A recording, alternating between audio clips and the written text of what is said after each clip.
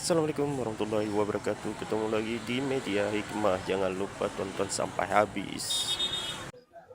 Bahkan Rasulullah mengabarkan kalian nanti akan menyaksikan awal bidah. Awal bidah itu orang yang tidak paham din, orang yang tidak paham agama, tapi mimpin rakyat kebanyakan. Sudah terjadi di Indonesia. Siapa? Mulyono yang 10 tahun. Begitu Mulyono naik, ini yang dikabarkan 1448 tahun yang lalu Rasulullah sudah mengingatkan. Kalau sudah imaratus sufaha dijadikan pemimpin, maka akan terjadi fasad, kerusakan di semua lini kehidupan berbangsa dan bernegara. Sudah terjadi di Indonesia? Sudah. Ya. Makanya ketika Mulyono diangkat jadi pemimpin di tengah-tengah masyarakat Islam se-Indonesia yang muslim, akhirnya dirubah kiblatnya, ya, dari barat ke komunis, berkiblat ke Cina. Setelah berkiblat ke Amerika, berubah ke kiblat Cina. Dari buaya menuju ke harimau. Podoai malah lebih keras lagi, ya kan?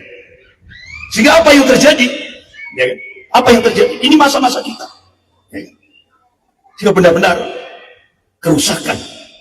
Makanya Al-Ghazali pas itu memberikan satu khulasa kesimpulan. Rusaknya umat karena rusaknya penguasa. Rusaknya penguasa karena rusaknya ulama. Rusaknya ulama karena al-wahn, hubbud dunya wa khayatul maut min amplop bin fulus. Ini kesimpulan yang pas. Abu Hamid Al-Ghazali memberikan kesimpulan. Rusaknya umat karena penguasa, rusaknya penguasa. Rusaknya penguasa karena rusaknya ulama. Rusaknya ulama karena hubbud dunya wa khayatul maut. Itu sudah terjadi di Indonesia. Itu sudah terjadi di Indonesia. Makanya ketika Indonesia oleh Mulyono dari Amerika dirubah ke Cina, 10 tahun umat Islam se-Indonesia ini dijauhkan dari ad-dinul haq. 10 tahun. Kecuali pondok pesantren, ya kan? Menjadikan Pak Nadiem Makarim orangnya orang Arab, Ustaz. Nadiem Makarim orang Arab, ya kan? Pengusaha Gojek lagi, ya kan? Yang punya Gojek. Sehingga banyak umat Islam se-Indonesia ini terhipnotis. Ternyata Nadiem Makarim orang Arab itu, agamanya Katolik. Baru tahu. Jadi Nadiem Makarim itu orang Arab, tapi agamanya Katolik. Makanya ketika Paus Fransiskus XVI datang ke Indonesia, dia serahkan anaknya untuk dibaptis. Anak yang masih kecil untuk dibaptis. Sehingga orang bangsa baru tahu, ternyata yang pemilik Gojek itu adalah orang Katolik. Dijadikan oleh Mulyono jadi Menteri Pendidikan dan Kebudayaan. Sehingga apa yang terjadi? Akhirnya Menteri Pendidikan dan Kebudayaan Pak Nadiem Makarim langsung memunculkan roadmap pendidikan nasional 2020-2035. 15 tahun ke depan. Tidak ada lagi agama. Agama dihapus. Baru tahu? Loh, kok telat? Itu yang terjadi. Makanya bapak-bapak, ibu-ibu yang dimuliakan Allah, pendidikan di Indonesia, ya Allah, sampai akhirnya anak-anak SMA Indonesia sudah tidak lagi diterima di perguruan-perguruan tinggi, di elit di luar negeri. Kenapa? Hancur pendidikan kita. Karena itu memang proyeknya Mulyono. Jadi anak-anak kita diarahkan pada materialisme. Tidak lagi didekatkan dengan din agama. Itulah yang terjadi. Berbeda dengan pesantren. Pesantren masih bertahan. Ya. Jadi bapak-bapak, ibu yang dimuliakan Allah, para santriwati, bentengnya umat Islam itu sekarang tinggal 3. Masjid, pesantren, Usratul Islamiyah, keluarga Muslim. Ini bentengnya umat Islam. Ya. Ini bentengnya umat Islam sekarang tinggal 3. Ya. Pesantren, masjid, dan keluarga-keluarga Muslim. Makanya di luar sana, pemerintah selama 10 tahun yang dipimpin oleh Mulyono menggerakkan sebuah ideologi, namanya ideologi sekulerisme. Dipisahkan agama dalam kehidupan. Karena apa? Begitu Mulyono tanda tangan di depan Presiden Xi Jinping, Cina ketika memberikan investasi untuk Indonesia, tahap pertama 647 triliun, itu tidak ada istilah freelance, makan siang gratis, ada take and give. Cina memberikan bantuan, ada 2 syarat.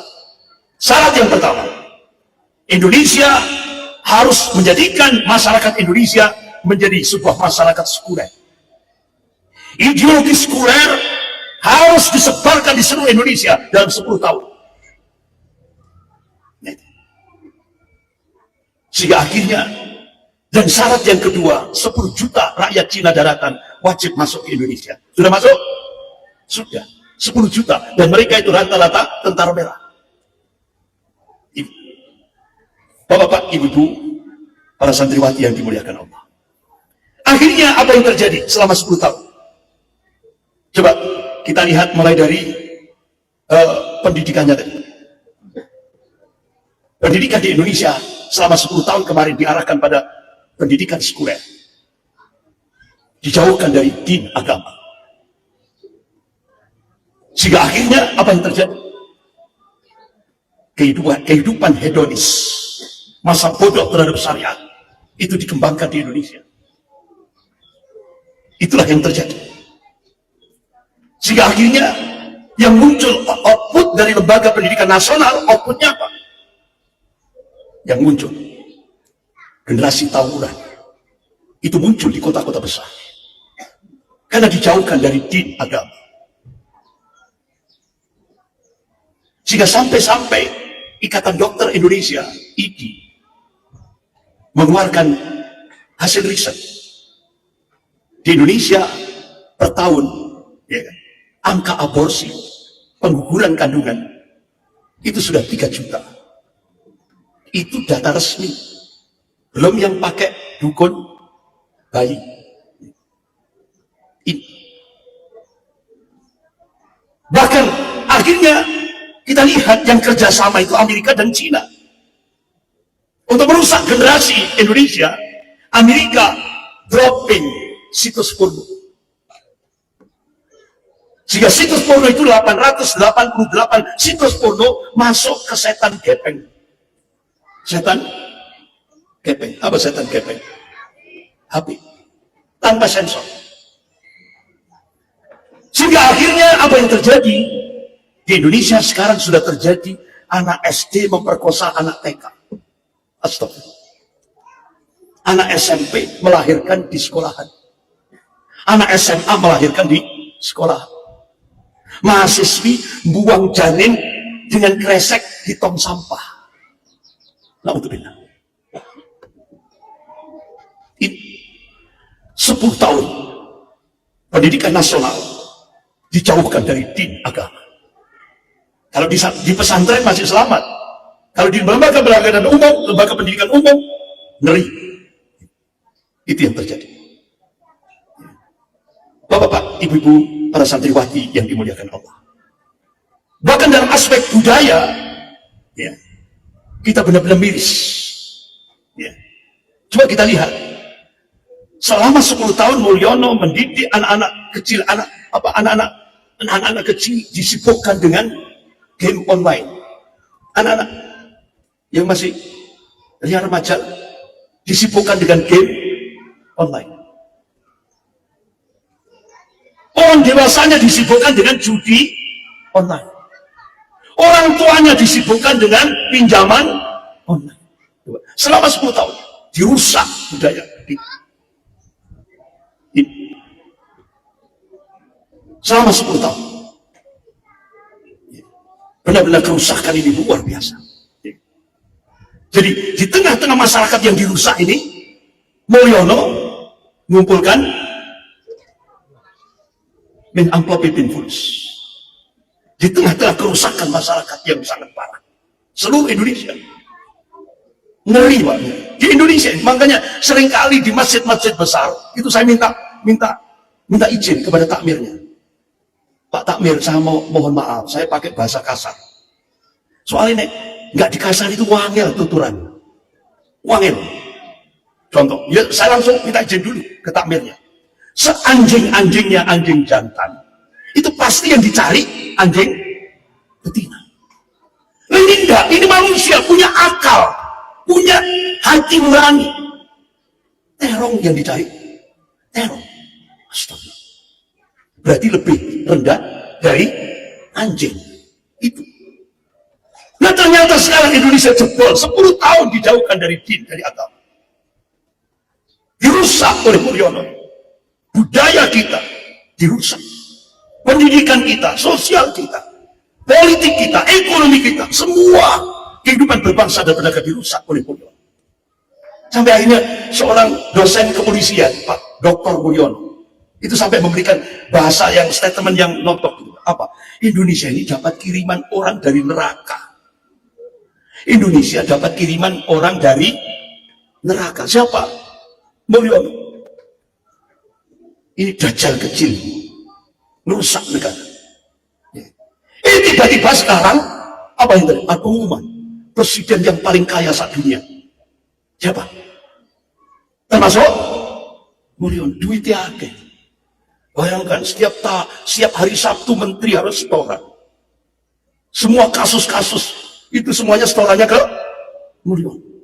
Bahkan Tom Lembong dipaksa untuk impor gula. Hasil daripada impor gula itu dipaksa oleh Mulyono harus masuk ke rekeningnya Kaisang. Bahkan pejabat-pejabat gubernur, bupati semuanya harus setoran. Itulah. Sehingga sekarang bapak-bapak ibu yang dimuliakan Allah, sehingga akhirnya Mulyono sudah sekarang start, sudah siap dengan paket 3 juta. Itu paling rendah. Paling tinggi 50 miliar. Itu sekarang bergerak di Jawa Timur, terutama dimotori oleh PSI. Jadi PSI ini nanti target 2029 akan merangkul umat Islam. Siapa yang masuk PSI dapat emas antam. Kira-kira tertarik enggak? Yang di sini tertarik enggak? 50 miliar di sampingnya geleyot. Gak terima tertarik, geleyot. Astaga. Ini di Jawa Timur sudah terjadi. Kebetulan dia punya pesantren besar, terkenal, ya kan? Sudah dia pilih paket 50 miliar. Sudah diserahkan. Karena masanya banyak, santrinya banyak. Tapi insya Allah Al-Firdaus no. Benar tak? Benar tak? No. Riswah, sokoan. Jadi hati-hati lamongan ini Pak. PSI akan bergerak dengan paket 3 juta mini. Paling tinggi 50 miliar. Sampai nanti 2029. Hati-hati. Bahkan kemarin Mulyono ditolak, di Lampung ditolak, di Sumatera ditolak, di Sulawesi ditolak. Dan sekarang sudah sepertinya Mulyono mau membatalkan safarinya. Kan rencana mau turba ke kecamatan-kecamatan. Bawa min amplopipin fulus. Hati-hati. Ini masa-masa yang cukup berat.